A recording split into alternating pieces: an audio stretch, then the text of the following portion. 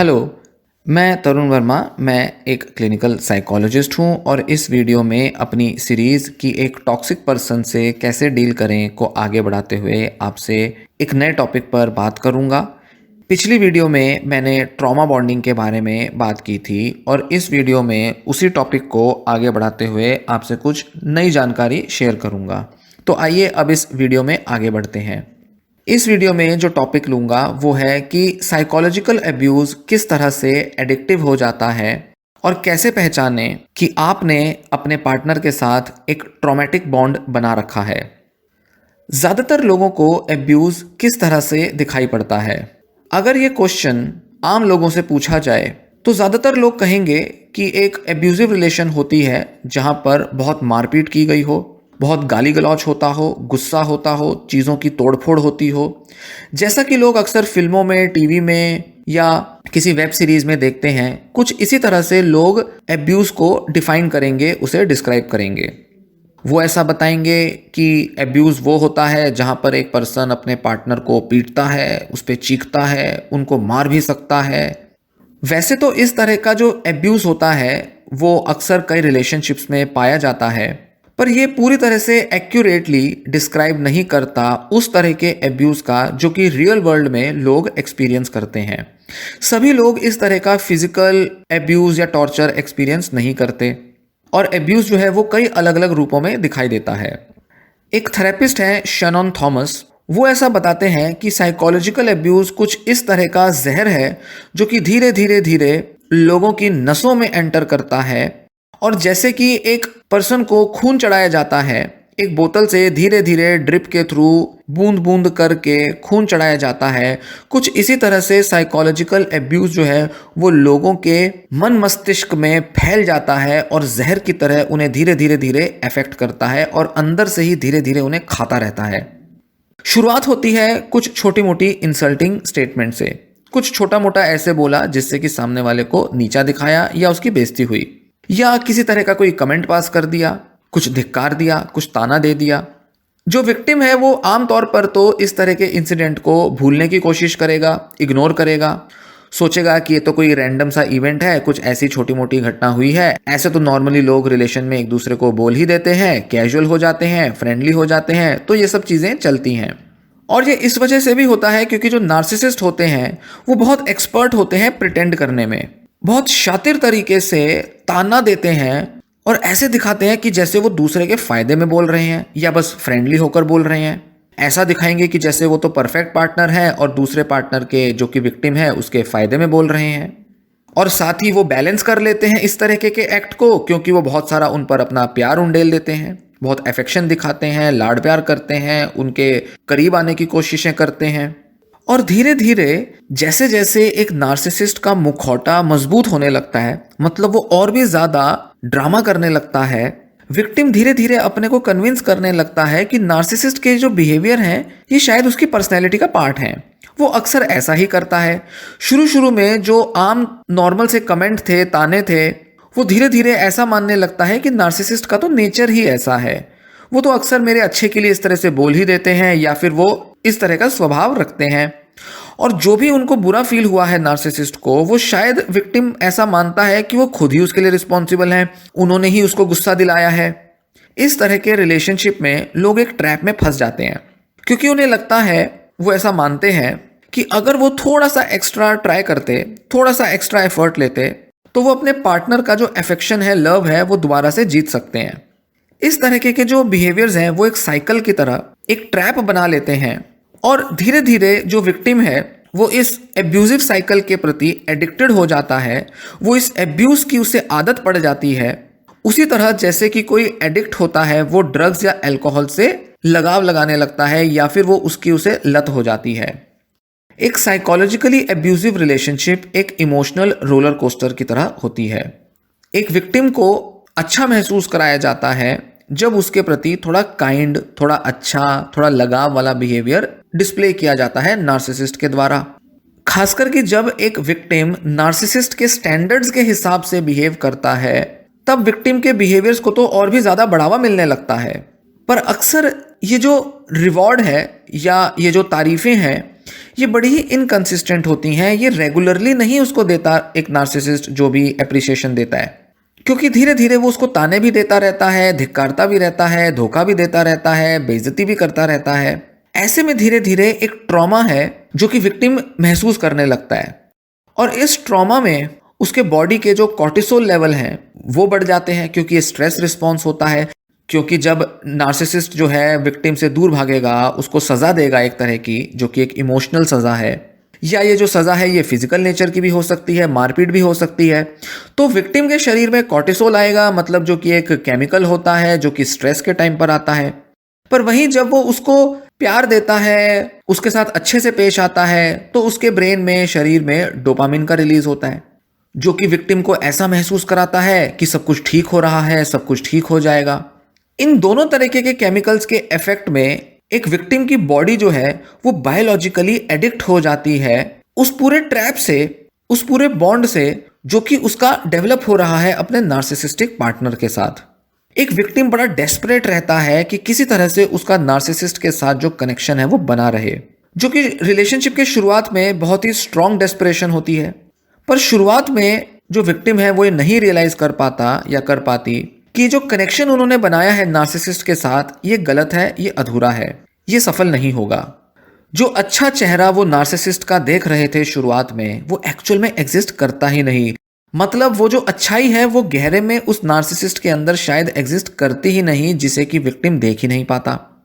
कुछ समय के बाद ये जो चूहे बिल्ली का खेल है ये इतना गहरे में पकड़ बना लेता है उस रिलेशनशिप में कि विक्टिम का जो शरीर है, दिमाग है, वो बहुत डिपेंडेंट हो जाता है अपने नार्सिसिस्टिक पार्टनर पर, ताकि हमेशा उसे एक सेंस ऑफ अप्रूवल मिलती रहे, हमेशा उसको एक दिलासा मिलता रहे कि हाँ सब ठीक हो रहा है या सब ठीक हो जाएगा, या वो जो भी कर रहा है या कर रही है उससे नार्सिसिस्ट उससे खुश है।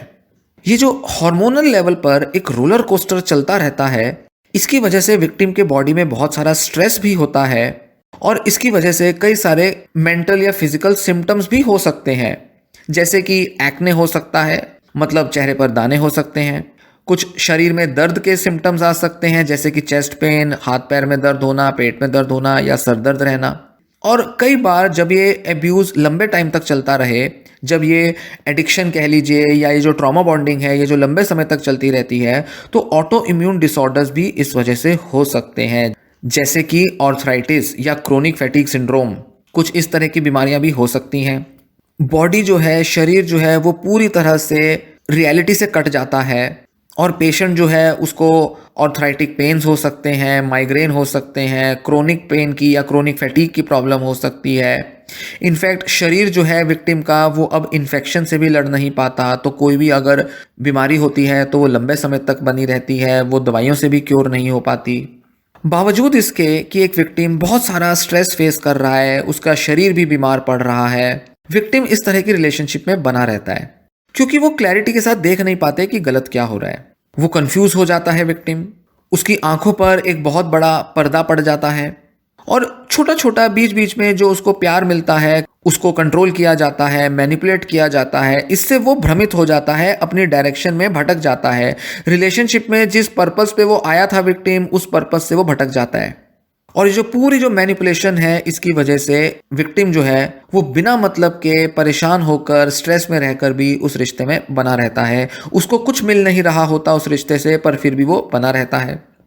नार्सिसिस्ट ने उनका जो दर्जा है वो इतना गिरा दिया होता है कि वो एक तरफ तो डेस्परेट भी रहते हैं, और वो खुद को बार बार इस पूरे कॉन्फ्लिक्ट के लिए, जो रिलेशनशिप में जो नेगेटिविटी है उसके लिए खुद को भी ब्लेम करते रहते हैं।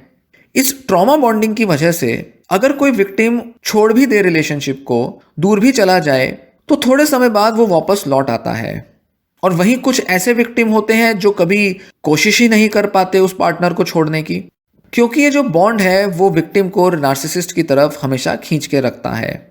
नार्सिसिस्ट के साथ एक रिलेशनशिप का जो पैटर्न है उसमें हमेशा एक तरह की आइडियलाइजेशन देखने में आएगी। मतलब वो उसको आइडियल की तरह देखेगा, रिलेशनशिप को आइडियल्स की तरफ लेकर जाएगा। हमेशा ऐसा सोचेगा विक्टिम कि शायद ये हमारी बेस्ट रिलेशनशिप हो सकती है, या इसको और बेस्ट बनाया जा सकता है, या थोड़ी बहुत कमियों को पूरा करके इसको एक परफेक्ट रिलेशन बनाया जा सकता है। साथ ही इसमें डिवैल्यूएशन भी होगी, उसकी बेइज्जती होगी, इंसल्ट होगी विक्टिम की। और हमेशा उसको अकेला अलग थलग भी छोड़ दिया जाएगा, आइसोलेट कर दिया जाएगा। कई बार नार्सिसिस्ट उसको छोड़ के भागेगा, दूर जाएगा, क्योंकि नार्सिसिस्ट को हमेशा एक नार्सिसिस्टिक सप्लाई की जरूरत होती है।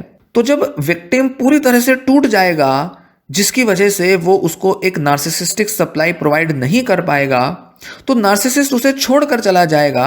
इनफैक्ट वो परमानेंटली भी उसे छोड़कर जा सकता है और फिर बाद में वो एक नया विक्टिम तलाशने लगेगा। और कई बार यही एक तरीका होता है जिससे कि एक विक्टिम जो है वो अपने एब्यूजर से मुक्त हो पाता है, जब वो उसको उसकी सप्लाई नहीं दे पाता और नार्सिसिस्ट जो है वो उस विक्टिम को छोड़कर चला जाता है, तभी कई बार विक्टिम्स को मुक्ति मिलती है। और कई विक्टिम्स रिलेशनशिप के खत्म होने के बाद ही रियलाइज करते हैं कि एक्चुअल में उनके साथ हुआ क्या था, एक्चुअल में वो किस तरह से एक एब्यूजिव रिलेशनशिप में थे। वो बाद में देख पाते हैं कि वो कैसे और क्यों उस रिलेशनशिप में फंसे हुए थे, कैसे उन्होंने ट्रॉमा बॉन्डिंग बना रखी थी। रिलेशनशिप के टूटने के बाद एक ग्रीविंग प्रोसेस होता है, बहुत उदासी और बहुत ही ग्रीफ वाला मेंटल स्टेट बन जाता है, लॉस फील होता है। और फिर ऐसे में ही उनको रियलाइज होता है कि वो कितनी बुरी तरह से डैमेज हो चुके हैं।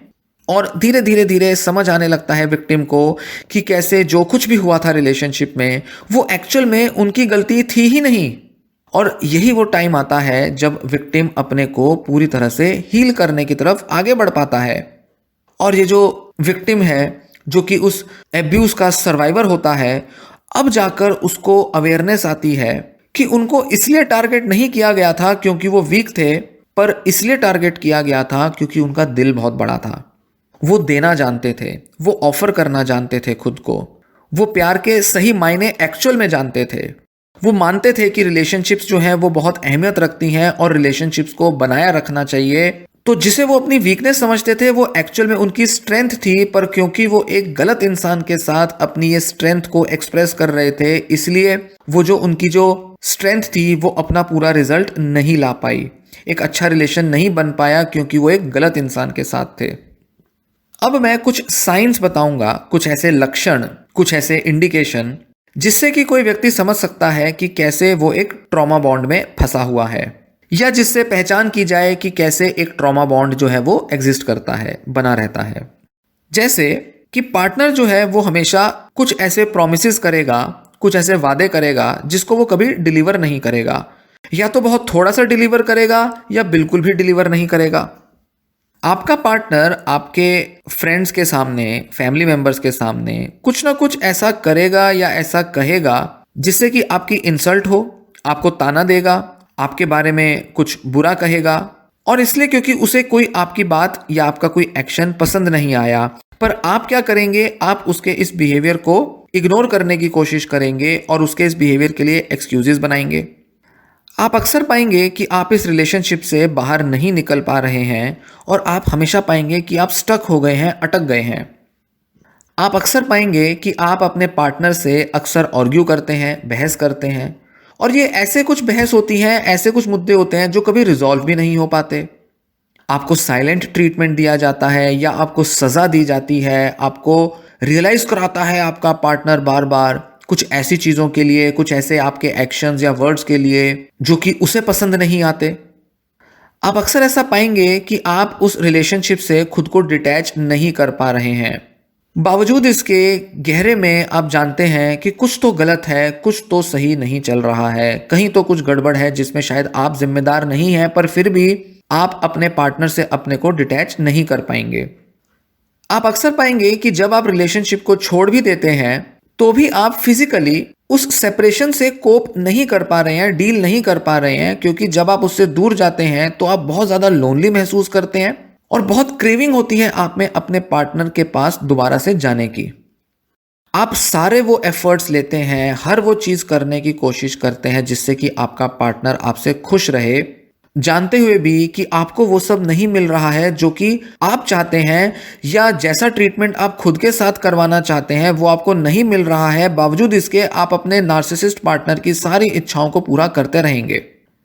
आप ऐसा पाएंगे कि आप हर हद पार करके भी अपने पार्टनर को खुश तो कर ही रहे हैं और उसका अप्रूवल भी लेने की कोशिश करते हैं, जानते हुए भी कि शायद वो आपको यूज कर रहा है या यूज कर रही है। आप अपने पार्टनर में हमेशा ट्रस्ट करते रहते हैं, बावजूद इसके कि वो हर बार आपको धोखा दे देता है, वो भरोसे के लायक नहीं है, पर फिर भी आप हमेशा उस पर भरोसा करते रहते हैं। आपकी हमेशा ये चाहत रहती है, इनफैक्ट आप बहुत डेस्परेटली चाहते हैं कि आपका जो एब्यूजिव पार्टनर है वो आपको समझे, जाने, वो आपको अंडरस्टैंड करे।